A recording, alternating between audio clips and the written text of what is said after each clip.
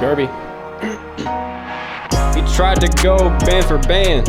That's hilarious. My money's written in the stars. I'm a bagatarius. I'm in love with the money. I should marry it. Art hoe working on my meat. She the proletariat. Gerbert. Yeah. If he runs up on the gang, we gon' bury him. Towers hit by a plane, it was nefarious. Gerbert. No, the slop market, it's down. 3 trillion liquidated from it today. Oh my God, what am I gonna do? I love it. Nothing could make me happier. No one can give an answer why young people, why Generation Z should care about a stock market crash at all. If you're young and you care, you're a moron. You're being gaslit by boomers. At a certain point, you have to realize the growth of the stock market, the performance of index funds has very little to do with the prosperance of the people, especially young people. I couldn't care less that the stock market is falling. In fact, I'm happy. When I see red on the S&P, I jump in the air and shout for glee. Retail owns a very small minority of any publicly traded company. The rest are asset managers, banks, and other massive corporations. It's a corporate oligarchy. It's a separate financial class. Young people can't afford to save for an emergency, let alone invest. You say, well, I have a 401k. I occasionally put in a Roth IRA, something like this. Doesn't matter, because you won't withdraw that for another 30 plus years anyway. So that shouldn't matter to you. If you're taking spot positions or you're trading, you're calling the market, that's your fault. You need to take responsibility for that. Here's who it matters for. The financial class themselves and boomers.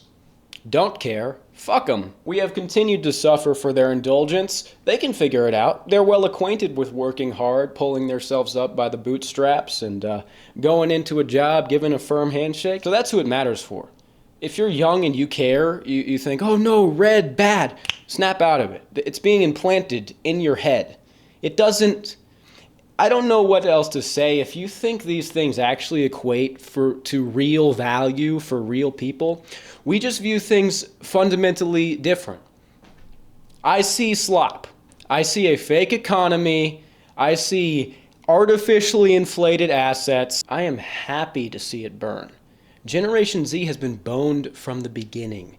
There has been no real path to building wealth for young people. Now, I'm all about having a good attitude, taking responsibility, keeping yourself accountable, not making excuses, but there is a reality, and the reality has to be confronted and accepted, and this is it, is that we've been boned. Under endless inflation, which we have had, you cannot save money because it constantly loses value. So the game becomes to take the money and put it into assets while they are purchasable, while they are affordable, while they're at a good price, as fast as possible, because they will, for the most part, endlessly appreciate under the endless inflation with some dips, but they will appreciate indefinitely. The problem is that Gen Z was locked out of this game from the start. Toddlers when '08 happened, just entering the workforce when 2020 happened. Unless you're like a zillennial, maybe that's a little different. There's no entry for us. We can't afford anything. The cost of living rapidly approaches the average income, especially after 2020. And we're just told to work harder by older people. They can lose all their money. I don't care. Why would I care? Oh no, the line went down. It doesn't mean anything. The economy is fake and slop. The jobs are fake. Surveys are done. Half of people can't even conceive what their job does, why it means anything. Oh, I'm a project manager.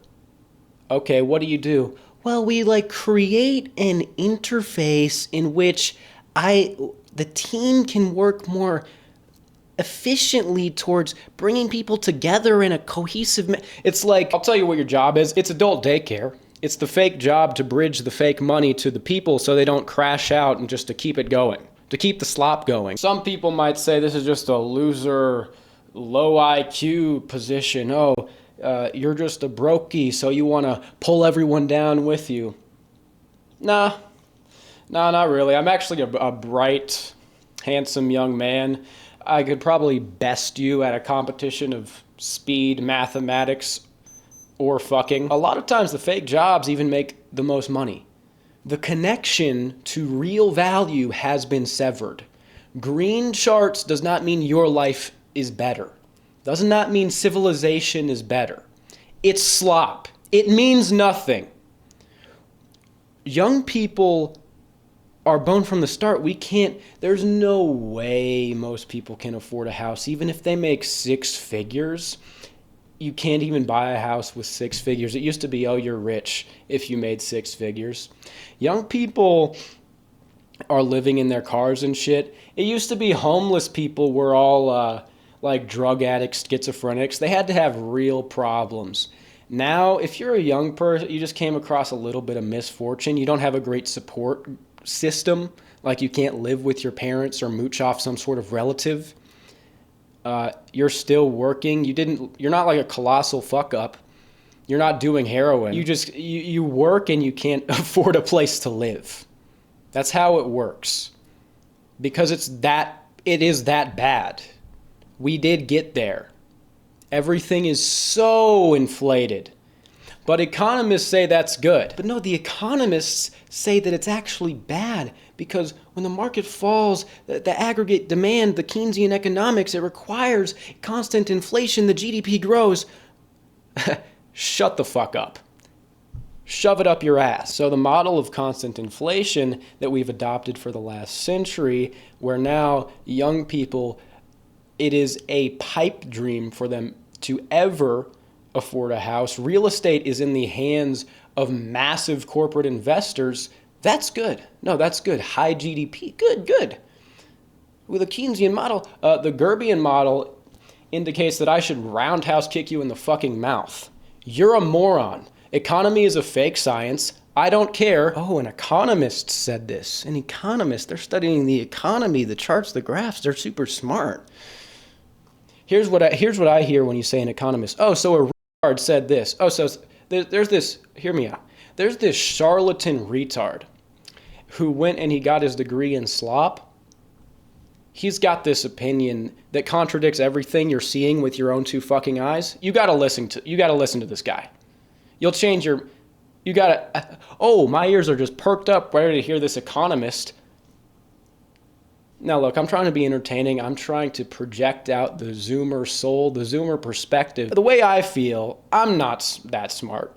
Economics is a science of statistic contrivances to prove a result that was already decided upon. The Gerbian model suggests that I plant explosives in your house because when you get rid of the aggregate it actually everything gets better. It's very simple. People will turn to alternate theories, different ways of looking at things, when what you told them works and is right very clearly doesn't work, and they're still suffering and struggling. Constant inflation has proven to Generation Z that it does not work. The rubber's starting to hit the road here with that whole idea. Young people can't save money. Even if they could, it would be inflated away. They have no path forward to own anything. They're in perpetual debt slavery. And the economists say it's good. Oh, ask an economist what they think about the Federal Reserve. Oh, it's here to help us to stabilize and direct our economy. Okay, sure, guy. That's reassuring. I'm very glad to hear that. Why are the things around me devoid of substantial value? I'm surrounded by microplastics and I have to work forever and still be in debt.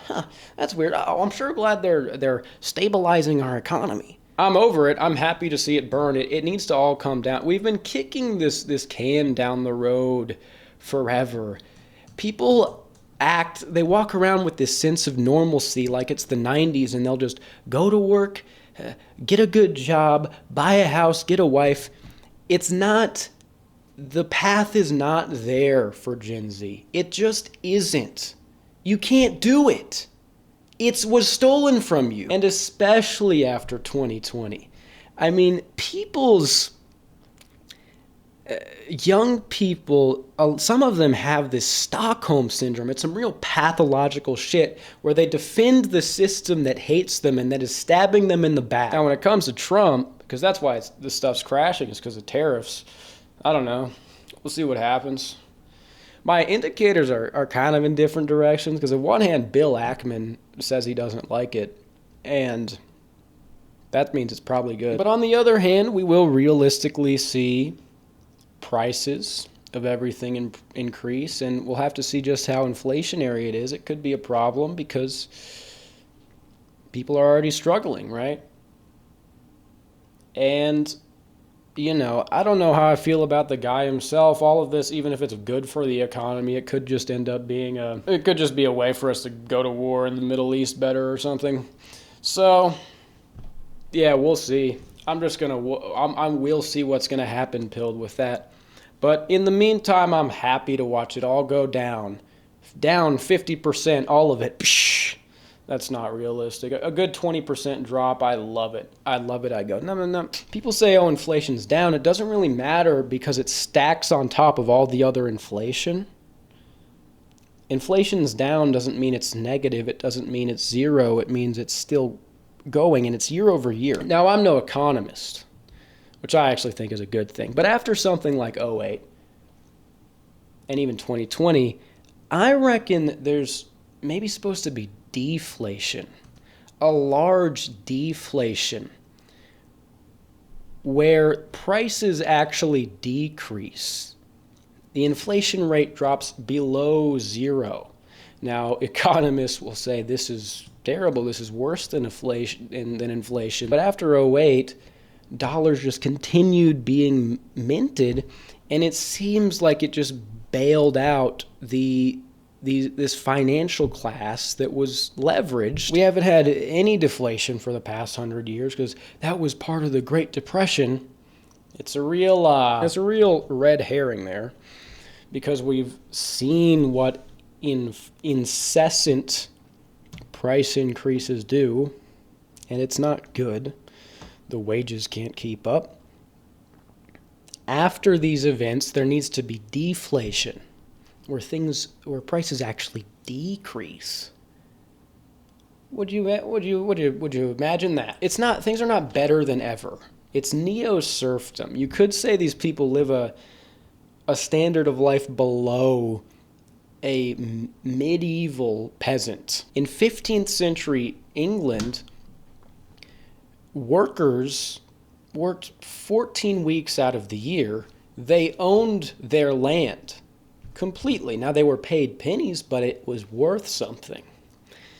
So they owned their homes, their land, and they worked less than half the year. And it's during the rest of the year where magnificent cathedrals were built around the country, because this leisure allowed for real culture and real art to be produced, wonderful things to be made, because it is this free time that allows us to create. Financial strangulation of this kind is a step away from death, a step away from murder. You're not able to live your life. Is it dramatic? Maybe a little, but it's true. People wonder, oh, the architecture doesn't look as good, the music, the movies, the culture is not as... Why? Why do you think? Constant work forever till you die. Economy, the etymology of it, comes from Greek. It's oikos, house, and then management. So it means literally household management. And the connotation of household in this context, it implies a family. Household is a family. Man, wife, children. What I see is a lot of sterile people working fake jobs, not living in houses, but the Azure at Oak Point, their little slop apartments. So I don't see an economy. the literal sense of the word. I see no economy. Whatever. What do I know? I shouldn't be like a source of authority on these topics. Here's the point. Here's what I do know. As a young person, seeing things, experiencing, I have been given no reason to support the thing we have now. In fact, I've been given every reason to oppose it. So even if you think all the economic whatever points I threw out were completely stupid and wrong and ridiculous, this much you should understand. So anyways, thanks for listening to me rant. Gerby's got to just get it off his chest sometimes. I'm about to lay my head to rest, and I'm going to send a prayer up to God. Another 10% fall. Trillions liquidated. More. It must burn. They must be punished for their transgressions against the natural order. Oh, the GDP is gonna fall. Oh, my slop market. Blow it out your ass. Thanks for watching. Like and subscribe.